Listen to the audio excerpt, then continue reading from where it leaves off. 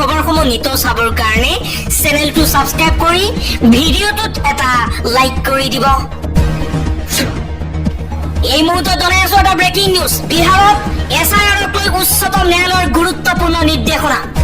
Voter তালিকাত নাম অন্তৰ্ভুক্তিৰ বাবে 12টাকৈ বৈধ নথিপত্ৰৰ ক্ষেত্ৰত আধাৰ কাৰ্ডক গ্ৰহণৰ নিৰ্দেশ। ন্যায়াধীশ সূৰ্যকান্ত আৰু ন্যায়াধীশ জয়মাল্য বাগচীৰ বিচাৰপীঠৰ এই নিৰ্দেশনা। পৰৱৰ্তী খবৰ, নেপালত ভয়ংকৰ পৰিস্থিতি। নেপালত ফেচবুক ইউটিউব নিষিদ্ধ কৰাৰ বিৰুদ্ধে প্ৰতিবাদ লাখ লাখ জনতাৰ। আৰক্ষীৰ গুলীত প্ৰাণ হেৰুৱাইছে 9জনকৈ প্ৰতিবাদকাৰীয়ে। ফেচবুক ইউটিউব নিষিদ্ধ কৰাৰ পাছতে চলিছে সমগ্ৰ নেপাল। নেটিজেনৰ প্ৰতিবাদত অগ্নিকৰ বা নেপালত ভয়ংকৰ ঘটনা।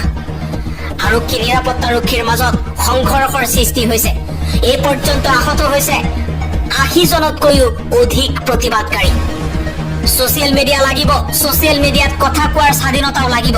নেপালৰ ৰাজপথত চৰকাৰ বিৰোধী ধ্বনি যুৱক যুৱতী। আন এটা খবৰ, জামিন লাভ কৰিলে অভিনেত্ৰী নন্দিনী কাশ্যপে। মহানগৰীৰ হিট এণ্ড ৰানৰ গোচৰত জামিন লাভ কৰিছে নন্দিনী কাশ্যপে। নন্দিনীৰ বাহনৰ খুন্দাত নিহত হৈছিল ছামিউল হক। পৰৱৰ্তী খবৰ, 1971 চনৰ 24 মাৰ্চৰ পিছত অহাসকল অসমৰ পৰা যাব লাগিব। বিজেপি চৰকাৰে অসমীয়া জাতিটোক প্ৰতাৰণা কৰিছে। অসম চুক্তি সময়মতে ৰূপায়ণ নকৰাৰ বাবে জাতিটো আজি সংকটত পৰিছে। কা সন্দৰ্ভত পুনৰ সৰব উৎপল শৰ্মা। আন এটা খবৰ, লালকিল্লাৰ চৌহদৰ পৰা হীৰা সোণ খচিত 1 কোটিৰ মূল্যৰ কলহ চুৰ কৰা চোৰক গ্ৰেপ্তাৰ।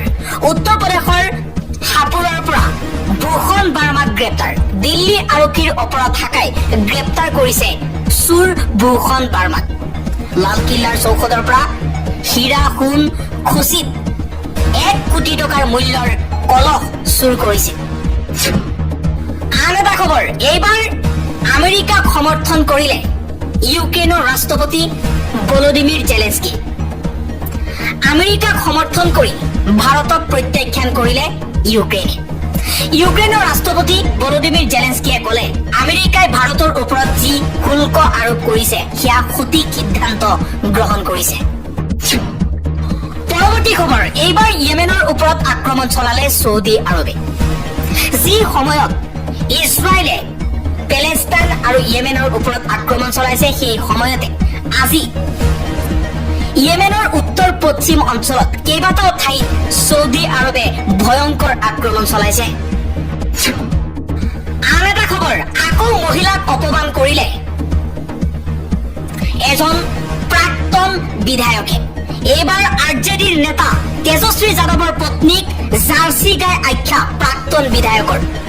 আৰজেডিৰ প্ৰাক্তন বিধায়ক ৰাজবল্লভ যাদৱৰ এই আপত্তিজনক মন্তব্য। শিশু নিৰ্যাতনৰ অভিযোগত ৰাজবল্লভক নিলম্বন কৰিছিল আৰজেডিয়ে। পৰৱৰ্তী খবৰ, মুখ্যমন্ত্ৰী হিমন্ত বিশ্ব শৰ্মাৰ বাবে বৃদ্ধাশ্ৰমৰ এখন আসন বুকিং কৰি থোৱা হৈছে। 10 ছেপ্টেম্বৰৰ পাছত বৃদ্ধাশ্ৰমত পঠিয়াই দিয়া হ'ব অসমৰ মুখ্যমন্ত্ৰী হিমন্ত বিশ্ব শৰ্মাক। মুখ্যমন্ত্ৰী হিমন্ত বিশ্ব শৰ্মাৰ বিৰুদ্ধে সৰব হৈ এই মন্তব্য কৰিছে কংগ্ৰেছ নেতা ৰিপুণ বৰা। ৰিপুণ বৰাই কৈছে, বৰ্তমান সময়ত হিমন্ত বিশ্ব শৰ্মাৰ যি আচৰণ সেয়া অতি স্পৰ্শকাতৰ। হিমন্ত বিশ্ব শৰ্মাৰ আচৰণবোৰ এতিয়া সলনি হৈছে। মুখ্যমন্ত্ৰী হিমন্ত বিশ্ব শৰ্মাৰ বাবে বৃদ্ধাশ্ৰমৰ এখন আসন বুকিং কৰি থোৱা হৈছে বুলিও মন্তব্য কৰিছে ৰিপুণ বৰাই।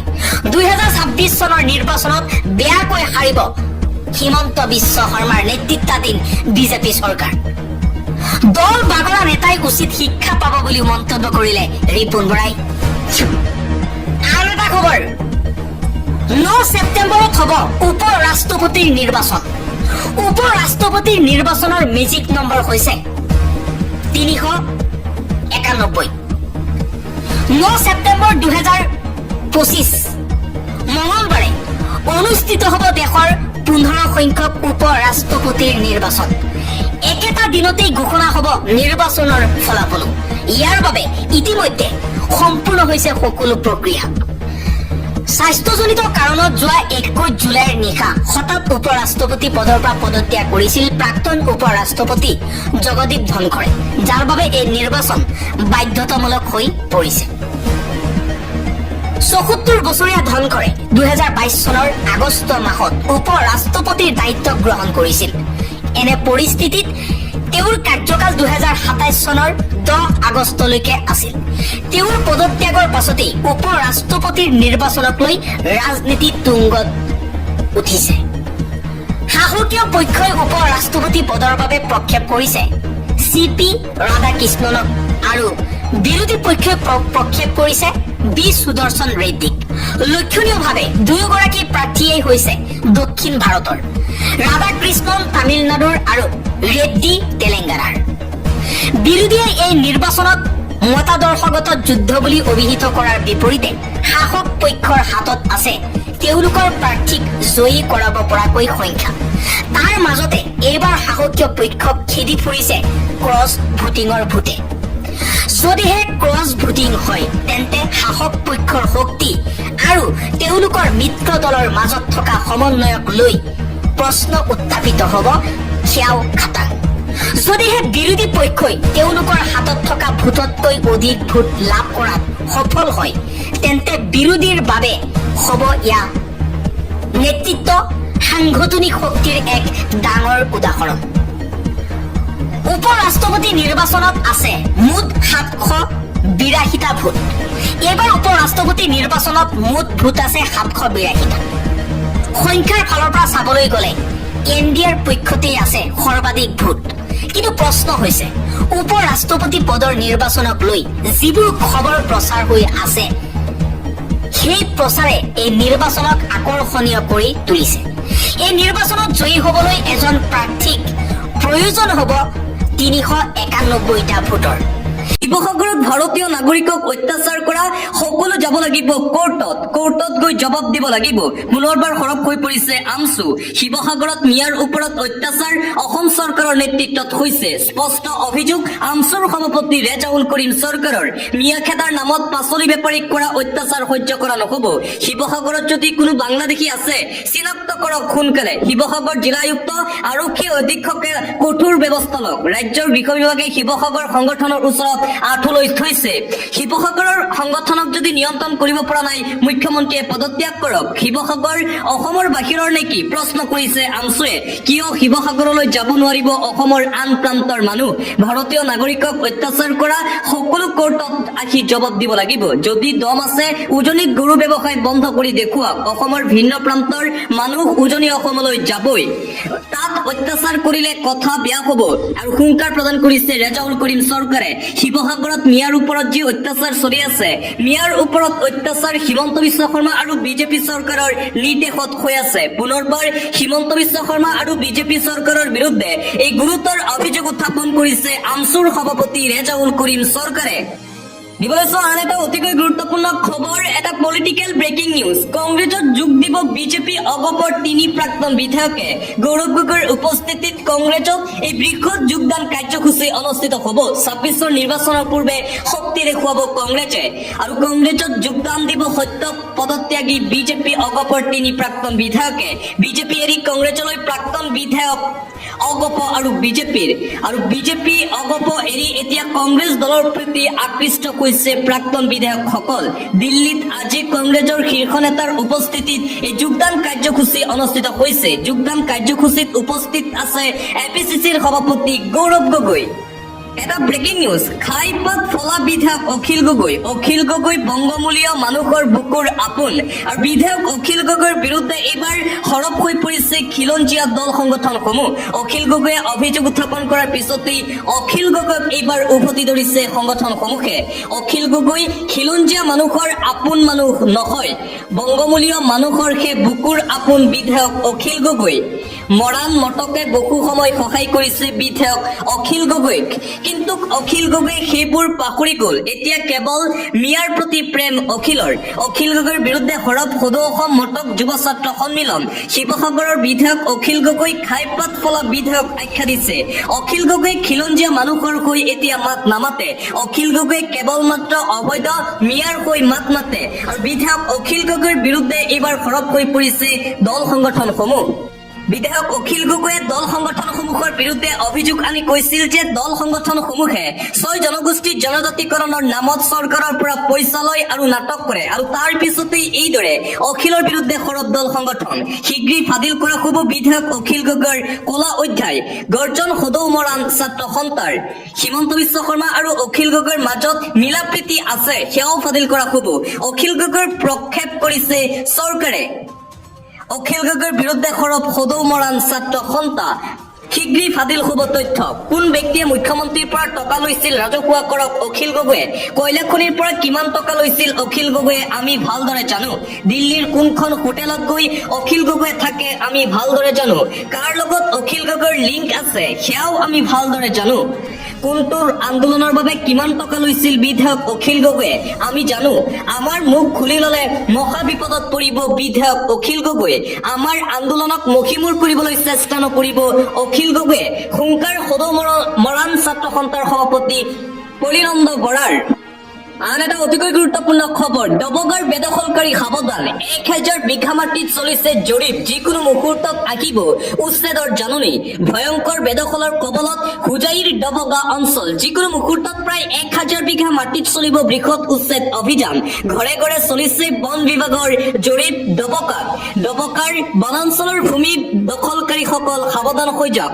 মুখ্যমন্ত্ৰীৰ ৰাজহুৱা ঘোষণাৰ পাছতেই আৰম্ভ হৈছে একচন। প্ৰতিটো সমষ্টিত উচ্ছেদ চলোৱাৰ কথা কৈছিল মুখ্যমন্ত্ৰী হিমন্ত বিশ্ব শৰ্মাই। ডবকাৰ যমুনা মদংগা সংৰক্ষিত বনাঞ্চলত চলিব জৰীপ। উদমাৰী পশ্চিম যমুনা গাঁও আৰু নিগমত চলিছে এই অভিযান। জৰীপৰ বাবেই উচ্ছেদৰ ভয়ত কঁপি উঠিছে বেদখলকাৰীৰ বুকু। ঘৰে ঘৰে চলিছে বন বিভাগৰ জৰীপ। পৰৱৰ্তী খবৰ, সুধাকণ্ঠৰ নামত প্ৰৱৰ্তন কৰক ৰেল। জন্ম জয়ন্তীত আছুৰ ৮টাকৈ দাবী উত্থাপন। সুধাকণ্ঠৰ জন্ম জয়ন্তীত আছুৰ ফালৰ পৰা ৮টা দাবী। গুৱাহাটী, ডিব্ৰুগড়, তেজপুৰ বিশ্ববিদ্যালয়ত সুধাকণ্ঠৰ নামত আসন। দেশৰ আগশাৰীৰ বিশ্ববিদ্যালয়তো আসন সংৰক্ষণ হ'ব লাগে। কাশ্মীৰৰ পৰা কন্যাকুমাৰীলৈকে ভূপেন হাজৰিকাৰ নামত ৰেল প্ৰৱৰ্তন। শদিয়াৰ পৰা ধুবুৰীলৈকে জলপথৰ নাম ভূপেন হাজৰিকাৰ নামত নামাকৰণ। গুৱাহাটীৰ ৰেল ষ্টেচনটো ভূপেন হাজৰিকাৰ নামত উচৰ্গা কৰিব লাগে চৰকাৰে। বিদ্যালয় মহাবিদ্যালয়ৰ পাঠ্যক্ৰমত ভূপেন হাজৰিকাক সন্নিৱিষ্ট কৰা। ভূপেন হাজৰিকাৰ নামত আন্তঃৰাষ্ট্ৰীয় গৱেষণা কেন্দ্ৰ। সমাধি ক্ষেত্ৰ আহল বহল কৰি পৰ্যটন ক্ষেত্ৰ কৰিব লাগে। মন্তব্য আছুৰ উপদেষ্টা সমুজ্জ্বল কুমাৰ ভট্টাচাৰ্যৰ। অন্য এটা খবৰ, বিটিচিত নিৰ্বাচনৰ বাবে সম্পূৰ্ণৰূপে সাজু হৈ পৰিছে চকুৰ আলী। মই আপোনালোকৰ বাবে জীৱন দিবলৈ সাজু আছো। অকৰ্মণ্য প্ৰাৰ্থীক ভোট দি চকুলো নুটুকিব। মোক ভোট দিয়ক। কোনো মানুহৰ চকু পানী ওলাবলৈ মই নিদিওঁ। বিটিচিৰ সকলো মানুহক মই ন্যায় দিম। চকুৰ আলীৰ এই মন্তব্য। আপোনাৰ বকমূলীয়া ভোট এনেই নষ্ট হবলৈ নিদিব। অকৰ্মণ্য প্ৰাৰ্থীক ভোট দি চকুলো নুটুকিব আপোনালোকে। আপোনালোক বহুতক ভোট দিলে, বহুতক নেতা বনালে, কিন্তু আপোনালোকৰ বাবে একো নকৰিলে। এইবাৰ মাত্ৰ চকুৰ আলীক বিশ্বাসত লওক। মই চকুৰ আলী, মই বহুত দুখীয়া মানুহ। মই কেৱল মাত্ৰ দুখীয়াৰ বাবে কাম কৰিম। মোৰ বেনাৰ পোষ্টাৰো নাই, তথাপি মই চেষ্টা কৰি আছো। মই দুখীয়া জীৱন এটালৈ আপোনালোকৰ মাজলৈ আহিছো। মই আপোনালোকৰ বাবে জীৱন দিবলৈ সাজু আছো। মই কাৰোলৈ ভয় নকৰো। মই সদায় আপোনালোকৰ বাবে মাত মাতি যাম। মই কেতিয়াও ভয় কৰি ৰাজনীতিও নকৰো। কোনেও জাতি বিক্ৰী কৰি ৰাজনীতি নকৰিব। মই কেৱল মুছলমানৰ বাবে অহা নাই। মই সকলো জাতি জনগোষ্ঠী লোকক সহায় কৰিম। প্ৰতিটো জাতি জনগোষ্ঠীৰ বাবে মই আহিছো নিৰ্বাচন খেলিবলৈ। কোনো মানুহৰ চকু পানী ওলাবলৈ মই নিদিওঁ। এইদৰে বিটিচিৰ নিৰ্বাচনী প্ৰচাৰ সভাত উদাত্ত ভাষণ ভাইৰেল চকুৰ আলীৰ। অন্য এটা খবৰ, নিশা ভয়ংকৰ বাছ দুৰ্ঘটনা। 19 গৰাকী যাত্ৰীৰ লগত ভয়ংকৰ দুৰ্ঘটনা। নিশা ৰাজ্যত ভয়ংকৰ পথ দুৰ্ঘটনা কঁপাই গৈছে। চিলিণ্ডাৰ ভৰ্তি ট্ৰাক আৰু 900 বাছৰ মাজত প্ৰচণ্ড সংঘৰ্ষ। যোৰহাটৰ পৰা ধুবুৰী অভিমুখী বাছত দুৰ্ঘটনা পতিত হয়। কলিয়াবৰৰ সৰুভগীয়াত এই দুৰ্ঘটনা সংঘটিত হৈছে বুলি জানিব পৰা গৈছে। ৰাজ্য কঁপাই যোৱা এই ভয়ংকৰ পথ দুৰ্ঘটনা। আন এটা ব্ৰেকিং নিউজ, শৃংখল চলিখাক বিশ্ৰামৰ জাননীৰ পাছতেই সংখ্যালঘুৰ নেতাৰ বিস্ফোৰণ। মিয়াৰ বাবে নেতা হৈছে শৃংখল চলিখাই। শৃংখলক মিয়া খেদা আন্দোলনৰ পৰা আঁতৰোৱাৰ পাছতেই সংখ্যালঘুৰ প্ৰতিক্ৰিয়া। উজনি অসমত পৰিৱেশ বেয়া কৰিছে শৃংখল চলিখাই। মিয়া নাথাকিলে শৃংখল চলিখা, চিতু বৰুৱাক কোনেও চিনি নাপালেহেঁতেন। মিয়াৰ বাবে তেওঁলোক নেতা হ'ব পাৰিছে। মিয়াৰ বাবেই তেওঁলোক আজি সমগ্ৰ অসমত পৰিচিত। সংখ্যালঘু সংগ্ৰাম পৰিষদে প্ৰকাশ কৰিলে তীব্ৰ প্ৰতিক্ৰিয়া। শৃংখলক মিয়া খেদা আন্দোলনৰ পৰা আঁতৰোৱাৰ পাছতেই সংখ্যালঘু সংগ্ৰাম পৰিষদৰ নেতা আবু বক্কৰ ছিদ্দিকৰ এই মন্তব্য। মিয়া আছেই বাবেই আজি শৃংখল চলিখা আৰু চিতু বৰুৱা জাতীয়তাবাদী নেতা হৈছে। যদি মিয়া নাথাকিলেহেঁতেন তেন্তে শৃংখল চলিখা আৰু চিতু বৰুৱা নেতা হ'ব নোৱাৰিলেহেঁতেন বুলি মন্তব্য সংখ্যালঘু সংগ্ৰাম পৰিষদৰ নেতাগৰাকীৰ। আন এটা অতিকৈ গুৰুত্বপূৰ্ণ খবৰ, মিয়া নামৰ মুগুলসকলক দৌৰাই দৌৰাই পঠিয়াম। প্ৰশাসনক 24 ঘণ্টাৰ সময়সীমা বান্ধি দিছে দল সংগঠনে। পুনৰবাৰ সময়সীমা বান্ধি দিয়া হৈছে। বাংলাদেশীক অসমৰ পৰা গাড়ীয়ে গাড়ীয়ে বাংলাদেশলৈ পঠিওৱা হ'ব। ধৈৰ্যৰ বান্ধ ছিঙি গৈছে আৰু এতিয়া বহি নাথাকো। উজনি নামনি বুলি কথা নাই। অবৈধ বাংলাদেশীয়ে অসমৰ পৰা এৰি যাব লাগিবই। অবৈধ বাংলাদেশীক খেদিবলৈ একত্ৰিত হ'ল অসমীয়া যুৱ মঞ্চৰ নেতৃত্ব। অসমৰ পৰা নপলালে আইন হাতত তুলি ল'বলৈ বাধ্য হ'ম বুলি হুংকাৰ প্ৰদান। আৰক্ষী প্ৰশাসনক বান্ধি দিলে 24 ঘণ্টাৰ সময়সীমা। মিয়াৰ দৰে হিন্দু অনা অসমীয়াই দাবী কৰা নাই নিজৰ ভূমি। মাৰোৱাৰী, বিহাৰী, বঙালীয়ে দাবী কৰা নাই নিজৰ লেণ্ড। কিন্তু মিয়াই দাবী কৰিছে মিয়ালেণ্ড লাগে। মিয়ালেণ্ড বিচৰা মিয়াক অসমৰ পৰা খেদি পঠোৱা হ'ব। অসমীয়া ছোৱালীক পলুৱাই নিবলৈ আৰম্ভ কৰিছে মিয়াই। মিয়া নামৰ মুগুলসকলক দৌৰাই দৌৰাই খেদিম বুলি হুংকাৰ প্ৰদান কৰিছে। বাংলাদেশ পাকিস্তানত ইমান ঠাই আছে, তালৈ গুচি যাওক এইসকল অবৈধ নাগৰিক। উজনি অসমত যিসকল লোকৰ ঘৰত মিয়া ভাড়া আছে সকলোকে খেদা হ'ব। মিয়াক হুংকাৰ অসমীয়া যুৱ মঞ্চৰ। পৰৱৰ্তী খবৰ, অখিল গগৈৰ বিৰুদ্ধে সৰব হৈ পৰিছে মুখ্যমন্ত্ৰী হিমন্ত বিশ্ব শৰ্মা। এইবাৰ বিধায়ক অখিল গগৈক লৈ মন্তব্য মুখ্যমন্ত্ৰীৰ। অখিল গগৈৰ মূৰৰ নট দিলা হৈছে। অখিল গগৈক পাগল আখ্যা দিছে মুখ্যমন্ত্ৰী হিমন্ত বিশ্ব শৰ্মাই। অখিল গগৈ যি কয় তাৰ ওলোটা হয় অসমত। নিজেই জাতীয়তাবাদী বুলি কোৱা প্ৰয়োজন নাই। অখিল গগৈ সঁচাকৈ পাগল। অখিল গগৈক এইবাৰ এইদৰে উভতি ধৰিছে অসমৰ মুখ্যমন্ত্ৰী হিমন্ত বিশ্ব শৰ্মাই। আন এটা গুৰুত্বপূৰ্ণ খবৰ, মই মাটি কিনিছো, মোৰ নামত মাটি কিনিছো। টাইপাৰ সদস্যক পুনৰ দাবী ধমক সন্দেহযুক্ত পৰিয়ালটোৰ। সাংবাদিক আৰক্ষী কোন?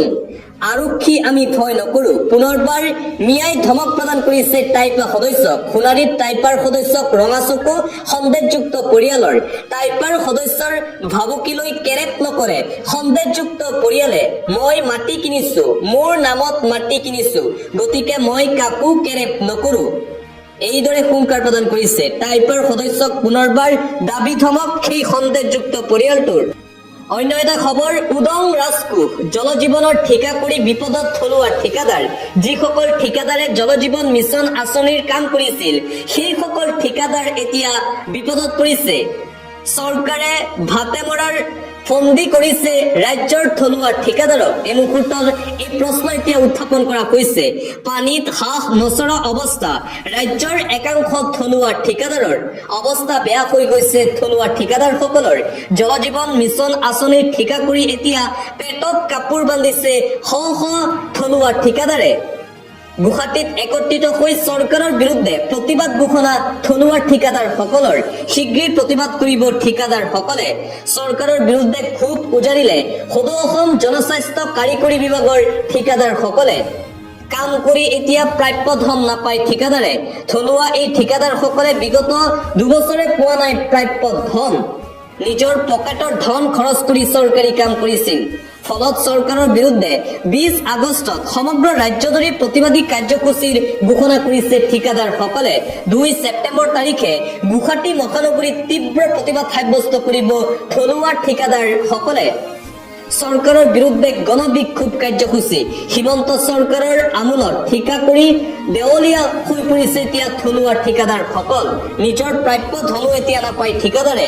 বহু ঠিকাদাৰে ঋণ ধাৰ কৰি লাগিছিল ঠিকা কামত আৰু চৰকাৰৰ সেই কাম সম্পূৰ্ণ কৰিছিল কিন্তু চৰকাৰৰ কাম সম্পূৰ্ণ কৰাৰ পিছতো জল জীৱন মিছন আঁচনিৰ ঠিকাদাৰসকলে পোৱা নাই প্ৰাপ্য ধন আন এটা ব্ৰেকিং নিউজ মিনি বাংলাদেশ হৈ পৰিছে তিনিচুকীয়া জিলা সংগঠন প্ৰশাসনে একেলগে বিচাৰিছে মিয়া তিনিচুকীয়া জিলাত এতিয়া মিয়া বিৰোধী অভিযান দেখিবলৈ পোৱা গৈছে মিনি বাংলাদেশলৈ ৰূপান্তৰিত হৈছে তিনিচুকীয়া সংগঠন প্ৰশাসন একত্ৰিতভাৱে এতিয়া বিচাৰিছে মিয়াক তিনিচুকীয়াত আৰম্ভ হৈছে মিয়া খেদা আন্দোলন তিনিচুকীয়াৰ পৰা যাব লাগিব মিয়া নামনি অসমত উচ্ছেদ চলোৱাৰ পাছত বহুতো সন্দেহজনক নাগৰিক তিনিচুকীয়ালৈ আহিছে সিজুগুৰি অঞ্চলত বহু ভাড়াঘৰত আছে সন্দেহজনক মিয়া নাগৰিক বেংমৰা ৰাজ্য এতিয়া ঘূনে ধৰিছে বুলি মন্তব্য দল সংগঠনৰ মিনি বাংলাদেশলৈ এতিয়া পৰিণত হৈছে তিনিচুকীয়া জিলা তিনিচুকীয়াত এইবাৰ মিয়া খেদা অভিযান আন্তঃৰাষ্ট্ৰীয় পৰ্যায়ৰ এটা গুৰুত্বপূৰ্ণ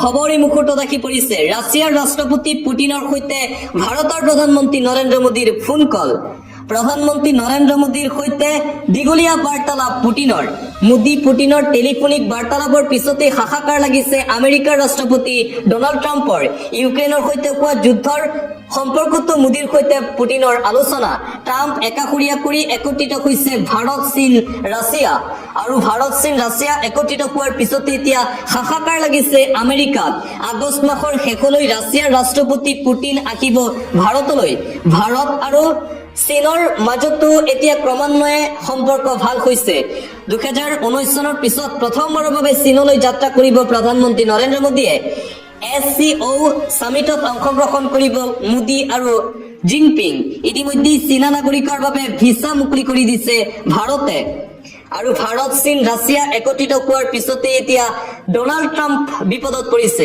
ৰাছিয়াৰ প্ৰচেষ্টাত একত্ৰিত হৈ পৰিছে ভাৰত আৰু চীন ডলাৰক প্ৰত্যাহ্বান জনাই ভাৰত চীন ৰাছিয়াই ল'ব নেকি বিশেষ পদক্ষেপ এই তিনি শক্তি লগ হলে হৰঠেকত পৰিব আমেৰিকা আৰু আমেৰিকাৰ যুক্তৰাষ্ট্ৰৰ ৰাষ্ট্ৰপতি ডনাল্ড ট্ৰাম্প